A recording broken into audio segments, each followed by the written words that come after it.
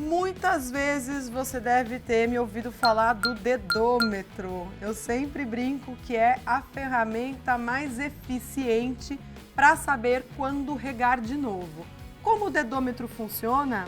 Eu pego uma planta em vaso ou canteiro, ponho a pontinha do dedo no substrato, dou uma esfregadinha e olho o meu dedo. Saiu sujo? Não rego. Saiu limpo? Rego. Agora vamos entender como é que as plantas sinalizam pra gente se elas são de mais água ou de menos. Linhas gerais, planta de folha grande, fina, estreita, pode ser crespinha, peludinha, como essa begônia cruz de ferro. Não importa qual é a planta, se ela tem a folha larga e fina na espessura, fininha, ela vai precisar de mais água para se manter bonita do que se ela for uma planta de folha dura e estreita, por exemplo, como um alecrim. Outra pista que a gente vai ter é pelo desenho da planta. Algumas espécies têm estruturas que guardam água, como é o caso, por exemplo, deste cacto. Então, ele tem o seu caule todo gordo, cheio de água e de nutrientes.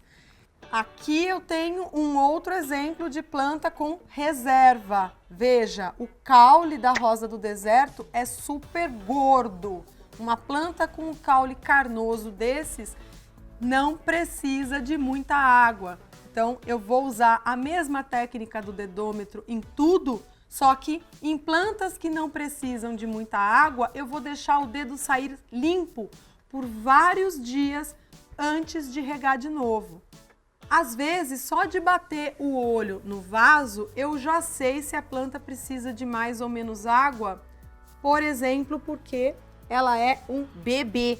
Até no mundo das plantas, nenezinhos precisam ser mantidos hidratados. A gente não deixa um bebê recém-nascido passar sede, assim como a gente não faz isso com as mudinhas. Por quê?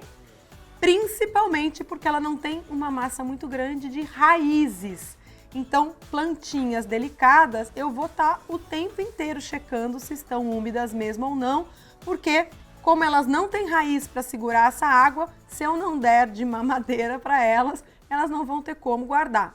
Se você quer aprender a cuidar melhor das suas plantas, a fazer suas flores crescerem e florirem várias vezes no ano, se você quer ter plantas com fruta, com folhas coloridas, tá na hora de se aprofundar com o box de luxo do Minhas Plantas. Ele traz 2 livros, um focado em jardinagem, outro em paisagismo. Num você vai aprender sobre adubação, tipos de terra, como é que você cuida para a planta não encharcar, como é que você acerta a quantidade de horas de sol. No outro você vai aprender a fazer composições para quarto, sala, banheiro, fachada, jardim vertical. Os 2 juntos fazem parte dessa edição de colecionador. Para aproveitar esse box especial do Minhas Plantas, usa o link que está aqui embaixo na descrição desse vídeo. Carol, como é que eu molho as minhas plantas sem fazer sujeira? Não tem segredo, Verdinho. Toda vez que a gente envolve água, a gente faz sujeira, né? Não importa se você está molhando uma planta pequena, média ou grande. Segredo para dar certo, prato embaixo dos vasos, tá? Na minha casa, todos os vasos da sala têm pratos embaixo, todos, sem exceção, e os mais pesados estão em cima de rodízios. O que mais pode interferir na frequência das regas? Molhei agora, quando eu molho de novo. Sol e sombra. Se a planta está no sol, ela seca mais depressa. Se a planta está à sombra, demora mais. Igual roupa no varal, né? Se você estender a roupa no sol, vai secar mais depressa. Em compensação, se você estender a roupa à sombra, mas num local com muito vento, vai secar mais depressa do mesmo jeito, em comparação a estender à sombra sem vento, com as janelas todas fechadas. Quem mora em apartamento sabe muito bem disso, a gente nunca tem varal com sol, mas pelo menos a gente deixa as janelas abertas para que essa roupa seque mais depressa. Outra coisa que vai fazer você molhar mais vezes ou não na semana é se a planta está dentro ou fora de casa. planta do lado de fora, num local ventilado, seca mais depressa do que planta dentro de casa. Quando bate muito vento na folhagem, a planta fica puxando água do solo para se manter hidratada. Uma última coisa que vai mudar é a estação do ano em que você está. No inverno, com menos calor, a gente percebe que a terra se mantém mais úmida, você vai regar menos, do que no verão, com as temperaturas muito altas, a terra esquenta bastante e muitas vezes a gente perde a água diretamente por evaporação do solo. O solo esquenta tanto que a água sai sem nem ter passado pela planta. É por isso que a gente evita regar nas horas mais quentes do dia.